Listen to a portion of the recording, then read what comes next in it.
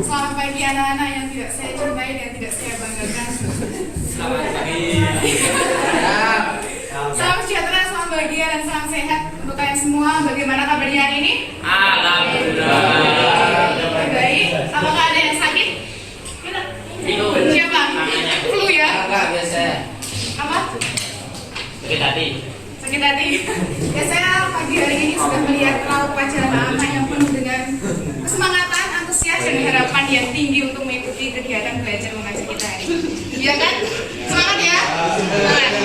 Ya, untuk memulai pembelajaran pada hari ini, agar pembelajaran hari ini dapat dilancarkan, dimudahkan dan dapat memberikan kebermanfaatan, alangkah lebih baiknya kita berdoa terlebih dahulu. Yuk, siapa ketua kelasnya? Enak. Asma mana Asma? Wis ganti loh. Apa dulu siap? Doa mulai.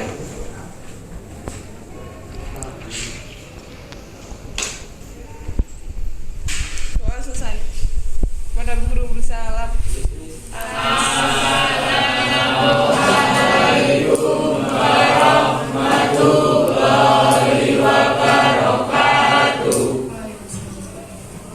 Hari ini siapa yang tidak masuk angkat tangan? Yang tidak masuk berapa anak? Jika terus absen berapa? 5. 3 anak ya? 3 anak. 4 anak. Ya, baik. Minggu kemarin kita sudah belajar tentang apa? Ada yang masih ingat? Kemarin bahas soal PTS. Sebelum membahas soal PTS, kita membahas materi tentang apa? Simulasi dan prosedur apa? Sebelum kita melangkah lebih jauh lagi terkait dengan ceramah dan hakikatnya, hari ini kita akan belajar tentang ceramah dengan kompetensi dasar. Jadi kompetensi yang dinamakan dengan kompetensi itu adalah kemampuan menguasai. Yaitu ada di KD 3.5, yaitu mengidentifikasi informasi berupa permasalahan aktual yang disajikan dalam ceramah. Kemudian diharapkan melalui kompetensi dasar 3.5, kalian dapat menemukan, menganalisis, dan menyimpulkan informasi dan permasalahan aktual yang disajikan dalam ceramah.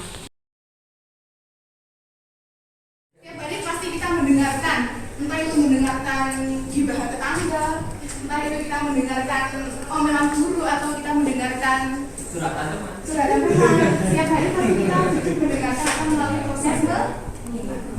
Nah, apakah kalian tahu apa itu ceramah? Siapa yang tahu apa itu ceramah? Siapa? Kamu tahu apa, Mbak? Ya. Public speaking. Ya, menurut Mbak siapa? Mbak Adinda. Jadi ceramah itu merupakan kemampuan komunikasi lisan atau public speaking. Kalian punya pendapat lain? Apa? Mengkomunikasikan pesan. Mengkomunikasikan? Lisan. Pesan. Ya. Lagi ada yang benar? Ceramah. Tadi ada yang mengatakan tentang keagamaan siapa?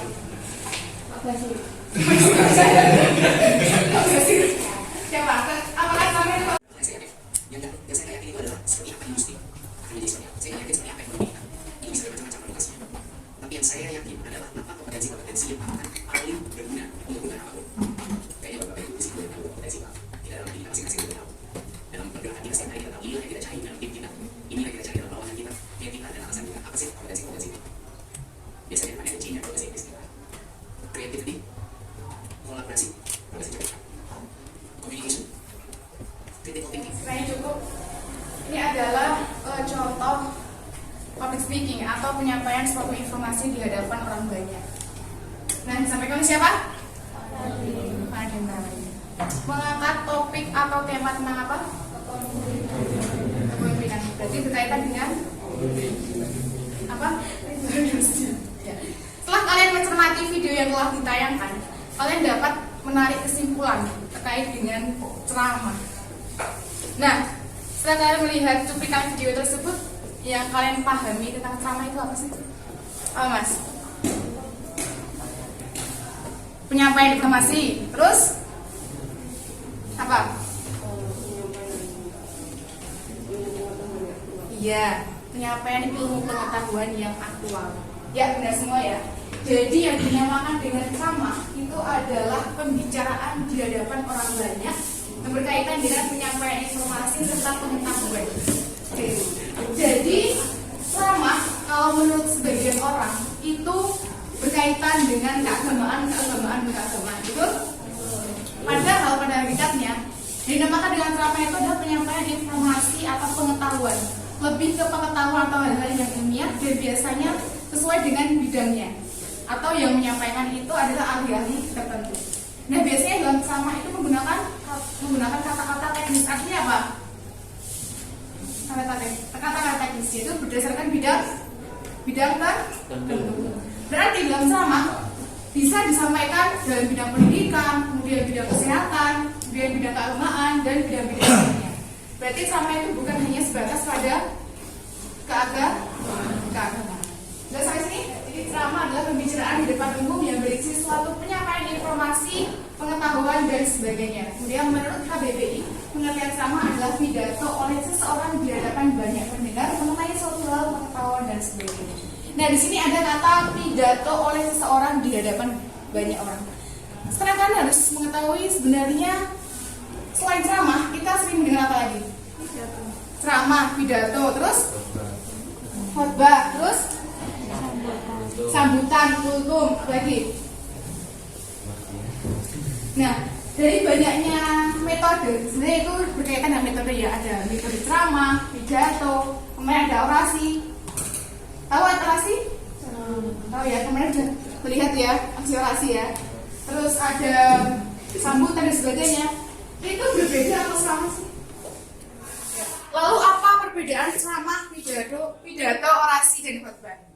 Mulai dari isi atau topik pembahasannya, kemudian mulai dari bentuk komunikasinya, tempat penyampaiannya, dan ruang lingkupnya, itu pasti berbeda. Sekarang, dari isi atau topik pembahasannya, ceramah itu membahas tentang apa? Apa? Tadi apa? Tadi sudah disampaikan?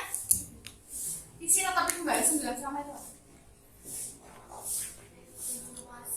Iya, informasi. Terus pengetahuan ke umum atau ya. Dari isi topik pembahasan dan ceramah ini menyampaikan informasi atau pengetahuan atau topik pembahasan itu adalah pemberitahuan atau mengabarkan tentang suatu hal.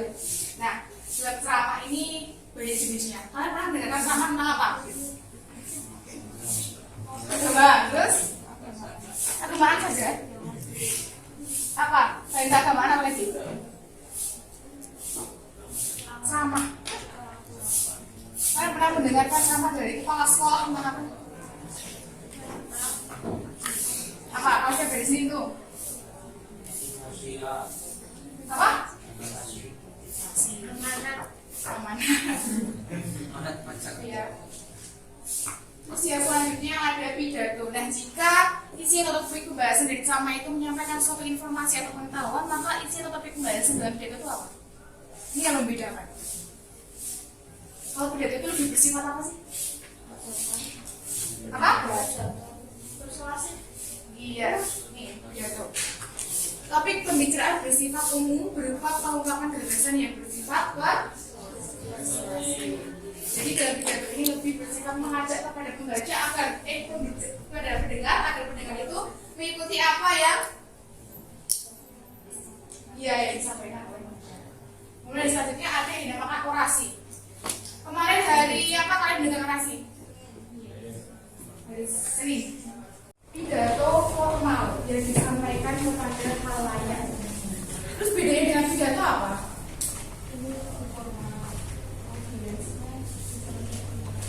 Audiensnya lebih banyak. Yang apa itu? Yang orasi. Ya kita lihat orasi. Jadi komunikasi tentang suatu isu gagasan pendapat kepada halayak umum untuk mempengaruhi pendengar.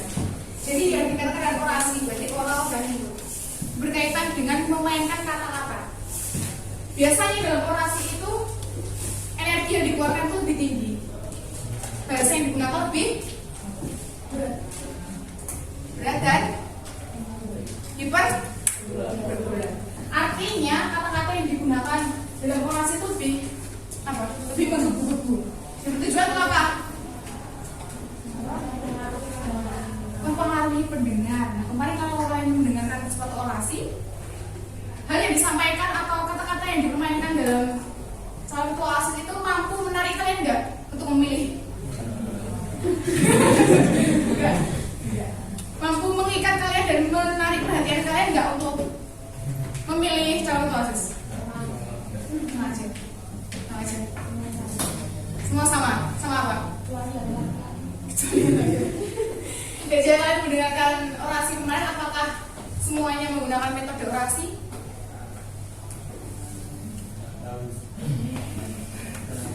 Semua menggunakan metode orasi atau pidato atau ceramah atau khotbah? Khotbah. Jadi kalau kalian memperhatikan kegiatan kemarin orasi, itu sebenarnya semua tidak menggunakan metode orasi. Ada yang hanya menggunakan metode pidato. Karena kalian bisa melihat kalau orasi itu lebih penekanan bentuk pengulangan kata dan antusias dalam mengikuti dalam mempengaruhi rakyat yang sangat besar. Itu dinamakan dengan orasi. Komunikasi lisan tentang suatu hal, isu, gagasan atau pendapat budaya halayak umum untuk mempengaruhi pendengar. Nah, kemudian khotbah ini yang paling gampang didefinisikan. Kalian bahkan setiap hari Jumat sering mendengarkan khotbah itu apa sih? Kalau sama-sama beda sama. Khotbah apa?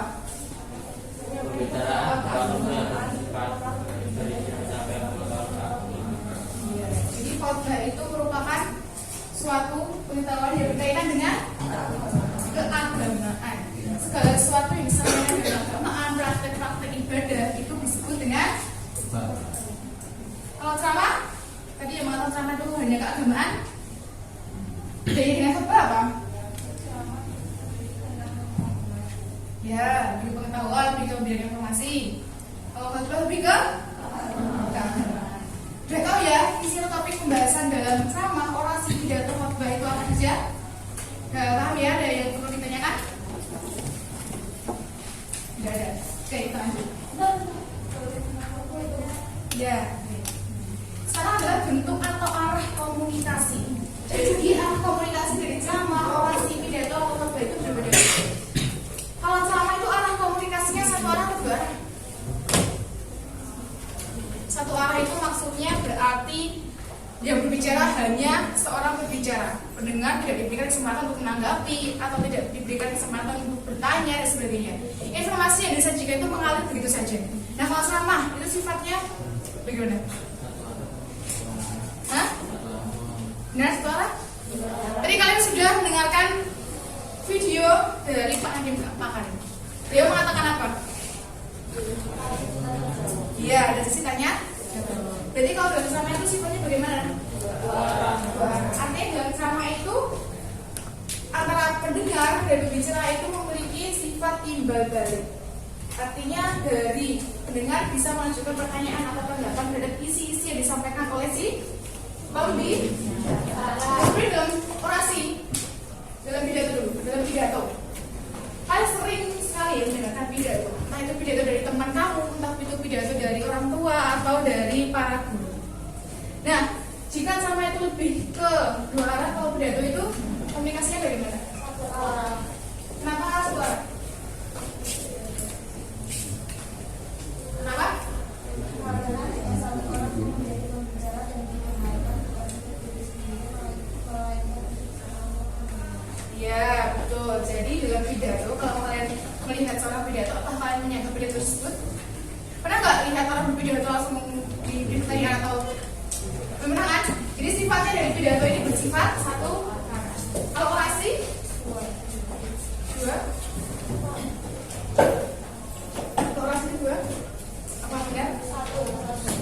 Orasi, kalau kalian melihat misal dalam ini ya, orasi itu lebih ke bentuk ke oposisi. Jadi ketika ada suatu isu atau kebijakan yang tidak didengar atau misalnya, pasti banyak yang ikut demo atau mungkin menyuarakan orasi dan aksi-aksinya mereka.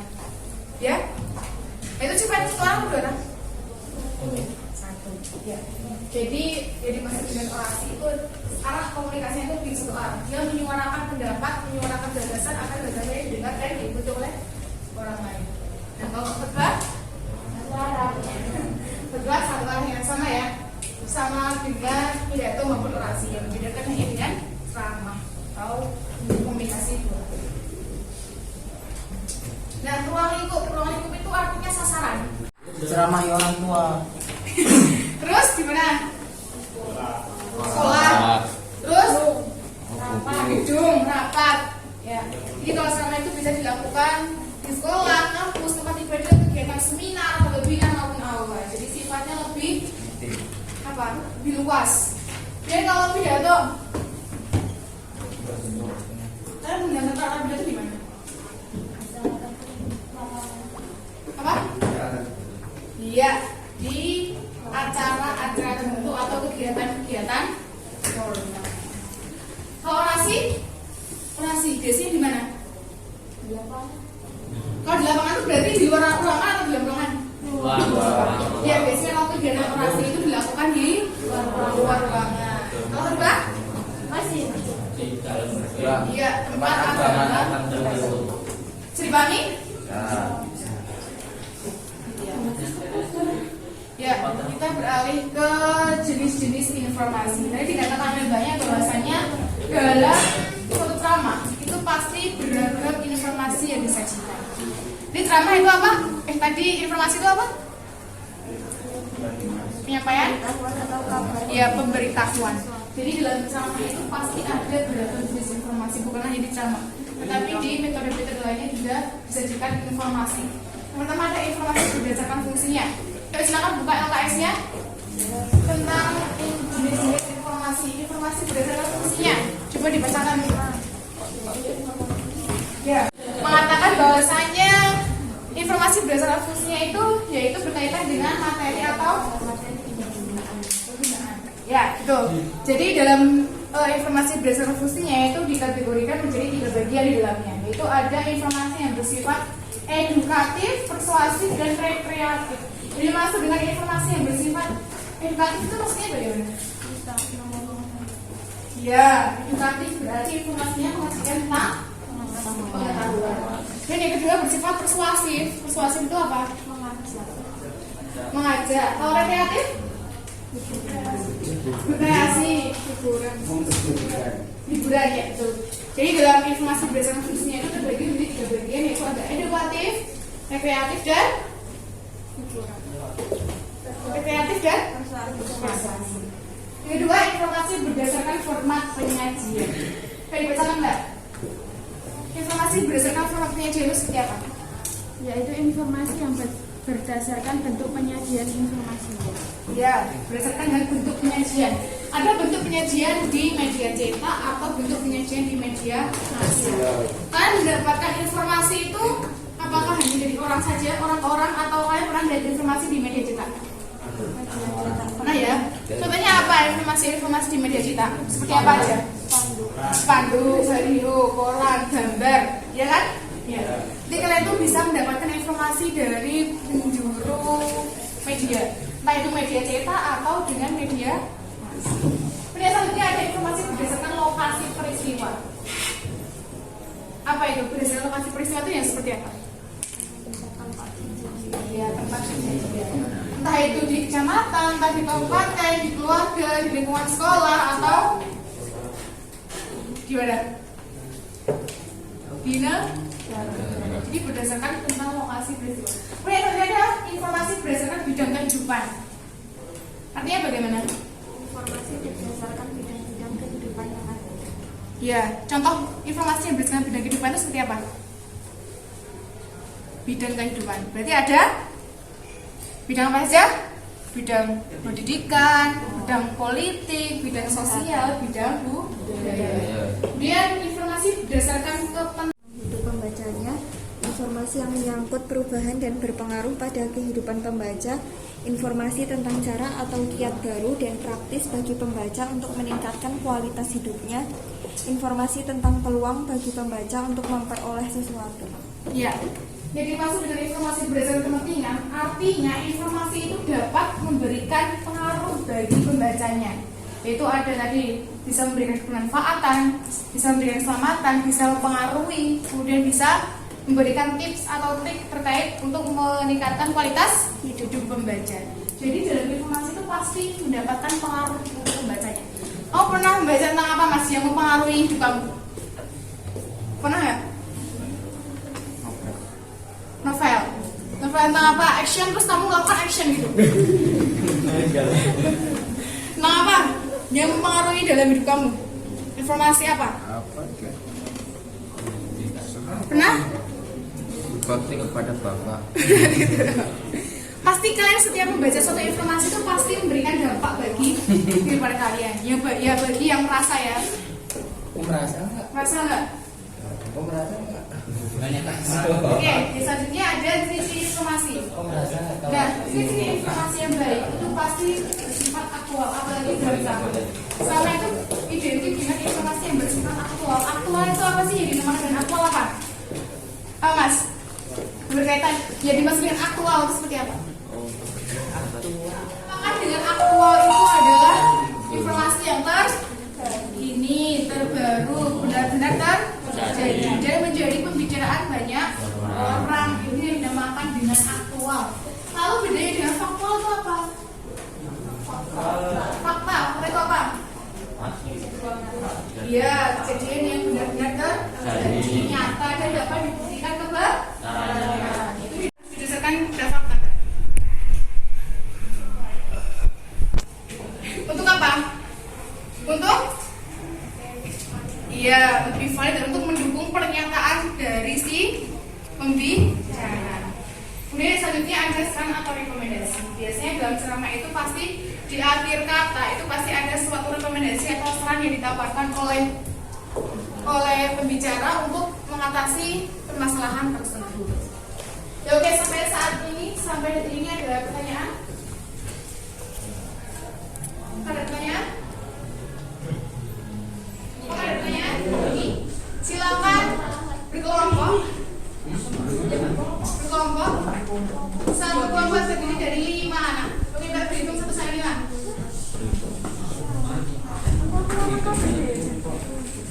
2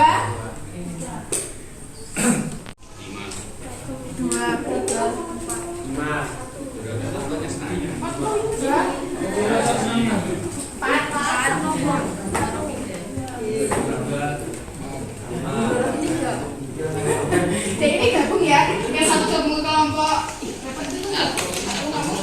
Ini dari kelompok ada 5 sampai 6. Oke, silakan ya kelompok 1 silakan bergabung dengan kelompok 1, kelompok 2 bergabung dengan kelompok 2 siapa?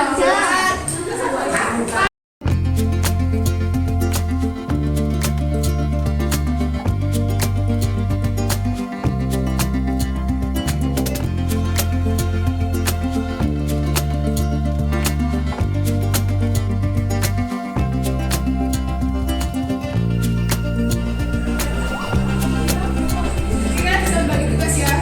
Untuk kalian hanya sampai pukul 8 ini. Oke. Jangan dipahami isi apa yang kan dalam dipakai saya juga. Ini.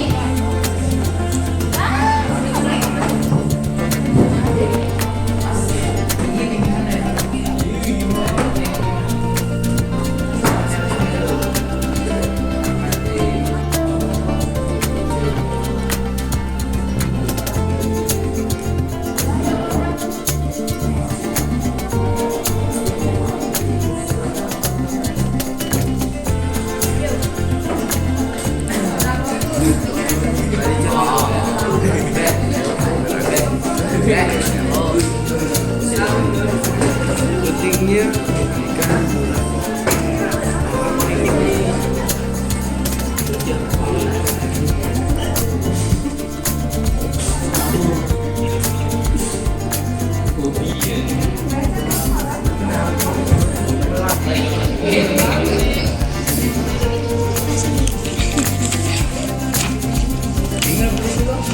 Harusnya satu orang dapat 6 loh tadi.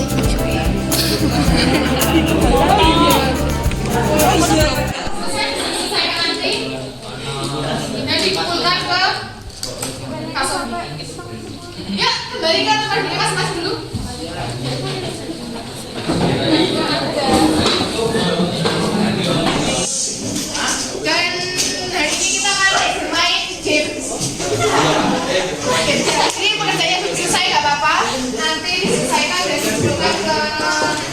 survei dan kita presentasikan juga.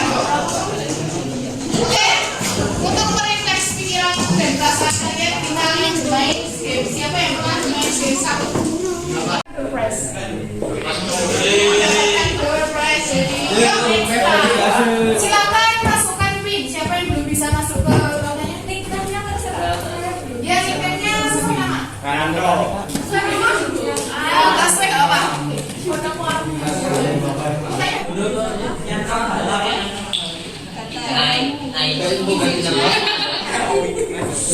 Kalian lihat soalnya di layar, nanti jawabannya kalian lihat di layar sesuai dengan warnanya. Gitu ya. Kalian lihat soal di layar, nanti jawabnya di layar. Jadi Hobi aja. yang belum masuk siapa yang join? Siapa? Kenapa? Gus.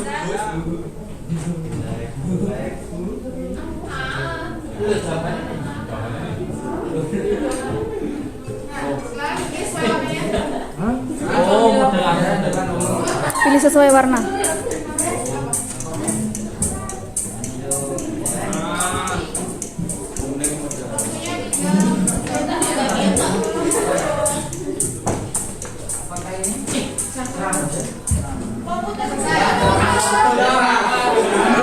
Siapa yang pilih?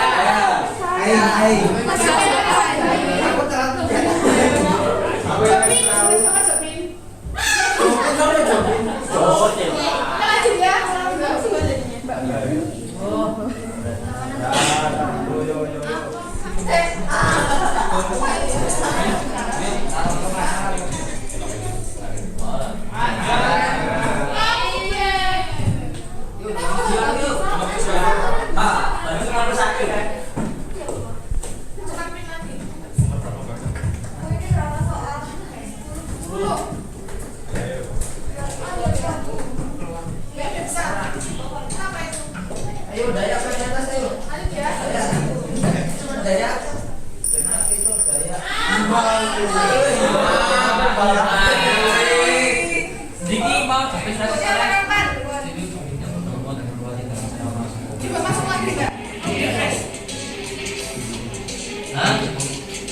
Ya bukan ruangan di sini.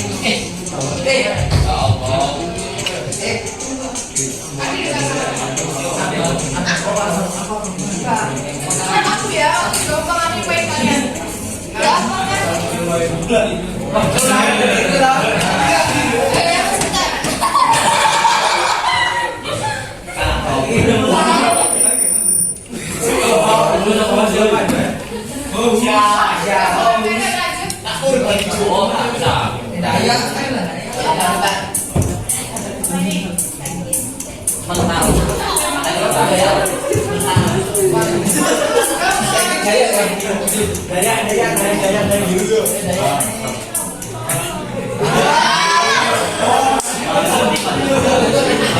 siapa ini? Oh, masih di bawah pakai suhu.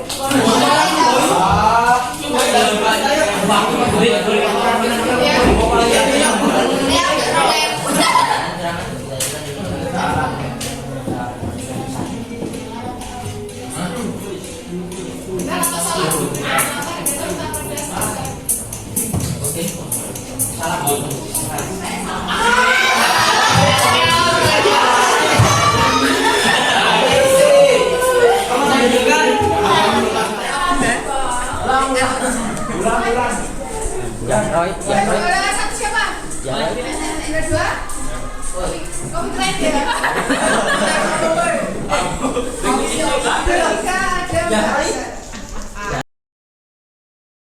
Waktunya sudah habis, Mbak Sofi. Akhirnya sampai di sini ada yang perlu ditanyakan? Siapa ahlinya?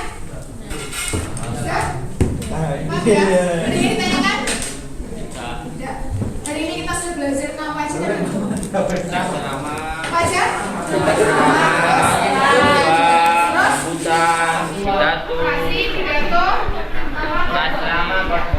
Hari ini kita sudah belajar tentang perbedaan orasi, nama, khotbah, maupun pidato. Kemudian ada apa lagi? Informasi penting dan bagian-bagian. Dari awal sampai akhir ada kesalahan dari kata dan perbuatan saya mohon maaf yang sebesarnya. Semoga pembelajaran hari ini dapat memberikan kebermanfaatan bagi kita semua. Ya, saya ini